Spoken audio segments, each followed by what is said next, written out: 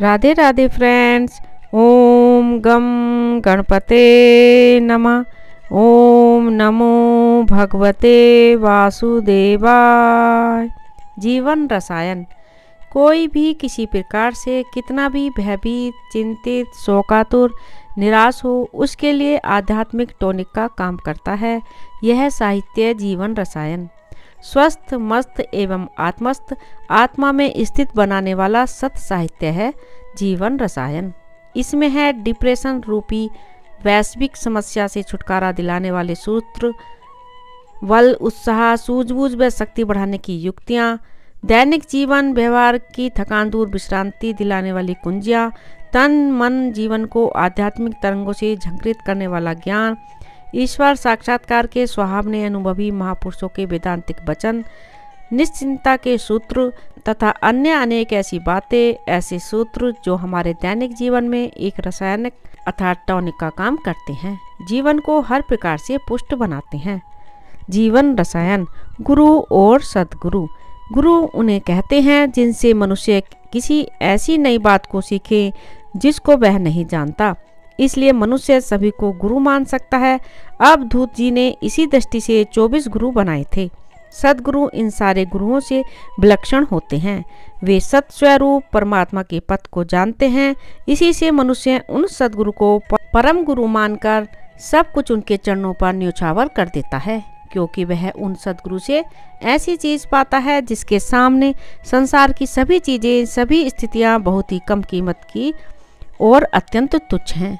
सद्गुरु ही गोविंद से मिलाते हैं। सद्गुरु ही शिष्य के दुखों को अशेष हरण करते हैं।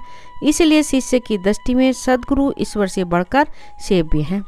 इसी से शास्त्रों और संतों ने सद्गुरु की अपार महिमा गाई है और सद्गुरु की शरणागति के बिना भगवान की प्राप्ति को अति दुर्लभ या असंभव कहा है। बात भी बिल्कुल ठीक है।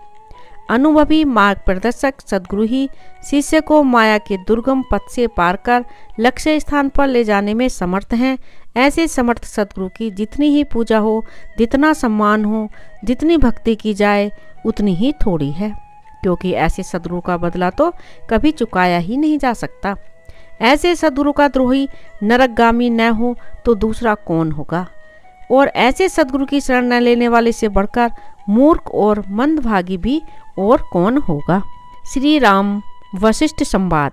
श्री वशिष्ठ जी कहते हैं, हे रघुकुल भूषण श्री राम, अनर्थ स्वरूप जितने सांसारिक पदार्थ हैं वे सब जल में तरंग के समान विविध रूप धारण करके चमत्कार उत्पन्न करते हैं, अर्थात इच्छाएं उत्पन्न करके जीव को मोह में फंसाते हैं।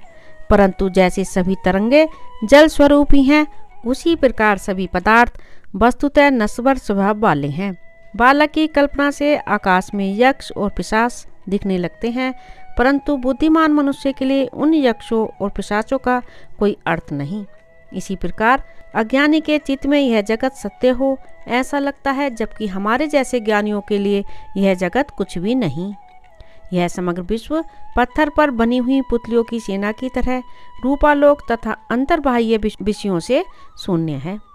इसमें सत्यता कैसी, परंतु अज्ञानियों को यह विश्व सत्य लगता है। वशिष्ठ जी बोले, श्री राम, जगत का सत्य रूप में जानना यह भ्रांति है, मूढ़ता है। उसे मिथ्या अर्थात कल्पित समझना यही उचित समझ है।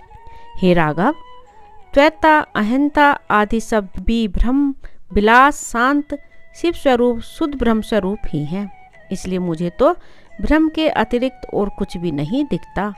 आकाश में जैसे जंगल नहीं है, वैसे ही ब्रह्म में जगत नहीं है।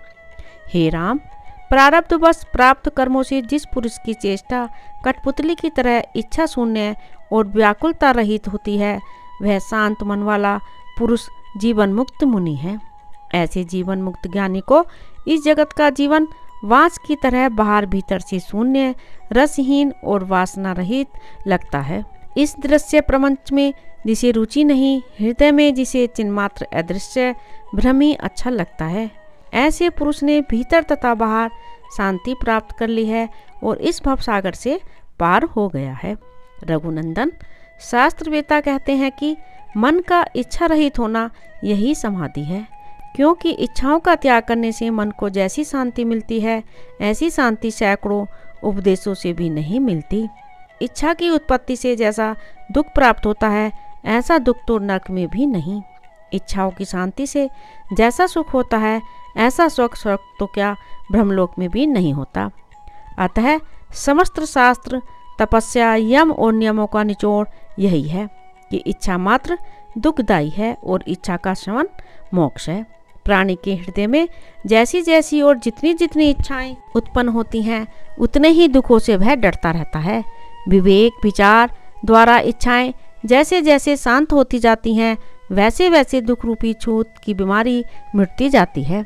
आसक्ति के कारण सांसारिक विषयों की इच्छाएं ज्यों ज्यों घनीभूत होती जाती हैं, त्यों त्यों दुखों की विषैली तरंगे बढ़ती जाती हैं। अपनी पुरुषार्थ के बल से इस इच्छा रूपी व्याधि का उपचार यदि नहीं किया जाए तो इस व्याधि से छूटने के लिए अन्य कोई औषधि नहीं है, ऐसा मैं दृढ़तापूर्वक मानता हूँ। एक साथ सभी इच्छाओं का संपूर्ण त्याग न हो सके तो थोड़ी थोड़ी इच्छाओं का धीरे धीरे त्याग करना चाहिए, परंतु रहना चाहिए इच्छा के त्याग में रत, क्योंकि सन्मार्ग का पथिक दुखी नहीं होता। जो नराधम अपनी वासना और अहंकार को क्षीण करने का प्रयत्न नहीं करता, वह दिनों दिन अपने को रावण की तरह अंधेरे कुएं में धकेल रहा है। इच्छा ही दुखों की जन्मदात्री इस संसार रूपी बेल का बीज है। यदि इस बीज को आत्मज्ञान रूपी अग्नि से ठीक ठीक जला दिया जाए तो यह पुनः अंकुरित नहीं होता। रघुकुल भूषण राम, इच्छा मात्र संसार है और इच्छाओं का अभाव ही निर्वाण है। अतः अनेक प्रकार की माथापच्ची में न पड़कर केवल ऐसा प्रयत्न करना चाहिए कि इच्छा उत्पन्न न हो।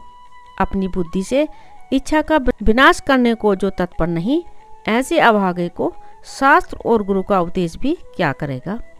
जैसे अपनी जन्मभूमि जंगल में हिरने की मृत्यु निश्चित है, उसी प्रकार अनेक विध दुखों का विस्तार करने वाले इच्छा रूपी विषय विकार से युक्त इस जगत में मनुष्य की मृत्यु निश्चित है। यदि मानव इच्छाओं के कारण बच्चों सा मूढ़ न बने तो उसे आत्मज्ञान के लिए अल्प प्रयत्न ही करना पड़े। इसलिए सभी प्रकार से इच्छाओं को ही शांत करना चाहिए। इच्छा के संबंध से परम पद की प्राप्ति होती है। इच्छा रहित हो तो जाना यही निर्वाण है और इच्छा युक्त होना ही बंधन है। अतः यथाशक्ति इच्छा को जीतना चाहिए। भला इतना करने में क्या कठिनाई है। जन्म जरा व्याधि तथा मृत्यु रूपी कंटीली झाड़ियों और खैर के वृक्ष समूह की जड़ भी इच्छा ही है। अतः श्रम रूपी अग्नि से अंदर ही अंदर बीज को जला डालना चाहिए। जहाँ इच्छाओं का अभाव है वहाँ मुक्ति निश्चित है। विवेक वैराग्य आदि साधनों से इच्छा का सर्वथा विनाश करना चाहिए। इच्छा का संबंध जहाँ जहाँ है वहाँ वहाँ पाप पुण्य दुख राशियों और लंबी पीड़ाओं से युक्त बंधन को हाजिर ही समझो। पुरुष की आंतरिक इच्छा ज्यों ज्यों शांत होती जाती हैं, त्यों त्यों मोक्ष के लिए उसका कल्याणकारक साधन बढ़ता जाता है। विवेकहीन इच्छा को पोषना, उसे पूर्ण करना, यह तो संसार रूपी वृक्ष वृक्ष को पानी से सींचने के समान है। आत्मबल का आह्वान।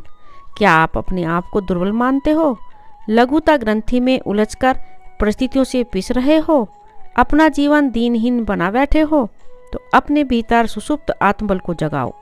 शरीर चाहे स्त्री का हो चाहे पुरुष का, प्रकृति के साम्राज्य में जो जीते हैं वे सब स्त्री हैं और प्रकृति के बंधन से पार अपने आत्मस्वरूप की पहचान जिन्होंने कर ली है, अपने मन की गुलामी की बेड़ियां तोड़कर जिन्होंने फेंक दी हैं, वे पुरुष हैं। स्त्री या पुरुष शरीर एवं मान्यताएं होती हैं। तुम तो तन मन से पार निर्मल आत्मा हो। जागो, उठो, अपने भीतर सोए हुए निश्चय बल को जगाओ। सर्वदेश सर्वकाल में सर्वोत्तम आत्मबल को विकसित करो। आत्मा में अथाह सामर्थ्य है।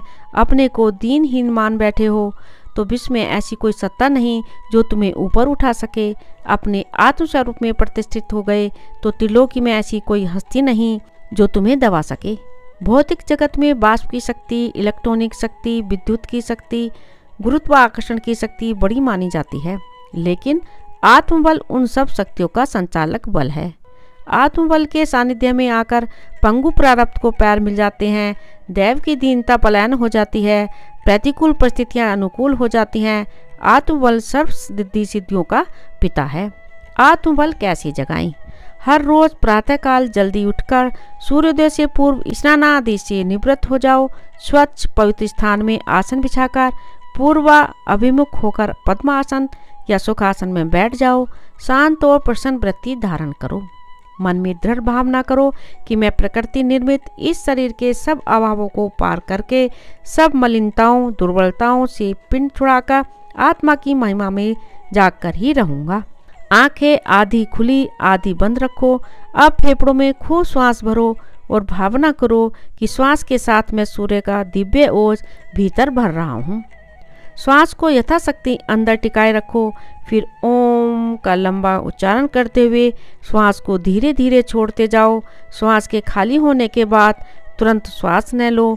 यथाशक्ति बिना श्वास रहो और भीतर ही भीतर हरि ओम का मानसिक जप करो। फिर से फेफड़ों में खूब श्वास भरो। पूर्वोक्त रीति से श्वास यथाशक्ति अंदर टिकाकर बाद में धीरे धीरे छोड़ते हुए ओम का गुंजन करो। 10-15 मिनट ऐसे प्राणायाम सहित उच्च स्वर से ओम की ध्वनि करके शांत हो जाओ। सब प्रयास छोड़ दो। वृत्तियों को आकाश की ओर फैलने दो। आकाश के अंदर पृथ्वी है। पृथ्वी पर अनेक देश, अनेक समुद्र एवं अनेक लोग हैं। उनमें से एक आपका शरीर आसन पर बैठा हुआ है। इस पूरे दृश्य को आप मानसिक आंख से भावना से देखते रहो। आप शरीर नहीं हो बल्कि अनेक शरीर, देश, सागर, पृथ्वी, ग्रह, नक्षत्र, सूर्य, चंद्र एवं पूरे ब्रह्मांड के दृष्टा हो, साक्षी हो। इस साक्षी भाव में जाग जाओ। थोड़ी देर के बाद फिर से प्राणायाम सहित ओम का जप करो और शांत होकर अपने विचारों को देखते रहो। इस अवस्था में दृढ़ निश्चय करो कि मैं जैसा चाहता हूँ वैसा होकर रहूँगा। विषय सुख, सत्ता, धन दौलत इत्यादि की इच्छा न करो, क्योंकि निश्चय बल या आत्मबल रूपी हाथी के पदचिन्ह में और सभी के पदचिन्ह समाविष्ट हो ही जाएंगे। आत्मानंद रूपी सूर्य के उदय होने के बाद मिट्टी के तेल के दिए के प्रकाश रूपी क्षुद्र सुखा आवास की गुलामी कौन करे। किसी भी भावना को साकार करने के लिए हृदय को कुरेद डालें। ऐसी निश्चयात्मक बलिष्ठ वृत्ति होनी आवश्यक है। अंतःकरण के गहरे से गहरे प्रदेश में चोट करें। ऐसा प्राण भर के निश्चय बल का आह्वान करो। सीना तान कर खड़े हो जाओ। अपने मन की दीनहीन दुखद मान्यताओं को कुचल डालने के लिए सदा स्मरण रहे कि इधर उधर भटकती वृत्तियों के साथ तुम्हारी शक्ति भी बिखरती रहती है। अतः वृत्तियों को बहकाओ नहीं। तमाम वृत्तियों को एकत्रित करके साधना काल में आत्मचिंतन में लगाओ और व्यवहार काल में जो कार्य करते हो उसमें लगाओ। दत्त चित्त होकर हरेक कार्य करो। अपने स्वभाव में से आवेश को सर्वथा निर्मूल कर दो। आवेश में आकर कोई निर्णय मत लो, कोई क्रिया मत करो। सदा शांत वृत्ति धारण करने का अभ्यास करो। विचारशील एवं प्रसन्न रहो। स्वयं अचल रहकर सागर की तरह सब वृत्तियों की तरंगों को अपने भीतर संभालो। जीव मात्र को अपना स्वरूप समझो। सबसे स्नेह रखो। दिल को व्यापक रखो। संकुचितता का निवारण करते रहो। खंडनात्मक वृत्ति का सर्वथा त्याग करो। आत्मनिष्ठा में जागे हुए महापुरुषों के सत्संग और सत साहित्य से जीवन को भक्ति एवं वेदांत से पुष्ट व पुलकित करो। कुछ ही दिनों के इस सघन प्रयोग के बाद अनुभव होने लगेगा कि भूतकाल के नकारात्मक स्वभाव, संसारात्मक हानिकारक कल्पनाओं ने जीवन को कुचल डाला था, विषैला कर दिया था। अब निश्चय बल के चमत्कार का पता चला। अंतरंत में आविर्भूत दिव्य खजाना अब मिला। प्रारब्ध की बेड़ियां अब टूटने लगीं। जिनको ब्रह्मज्ञानी महापुरुष का सत्संग और आध्यात्मिक विद्या का लाभ मिल जाता है, उसके जीवन से दुख विदा होने लगता है। ओम आनंद। ठीक है ना? करोगे ना हिम्मत? पढ़कर रख मत देना, सुनकर भूल मत जाना। इस सत्संग को, इस साहित्य को जीवन में इसको बार बार पढ़ते रहो, बार बार सुनते रहो। एक दिन में यह पूर्ण न होगा। बार बार अभ्यास करो। तुम्हारे लिए यह एक ही पुस्तिका, एक ही वीडियो काफ़ी है। अन्य कचरा पट्टी न पढ़ोगे तो चलेगा। सावास वीर सावास। राधे राधे। ओम नमो भगवते वासुदेवाय।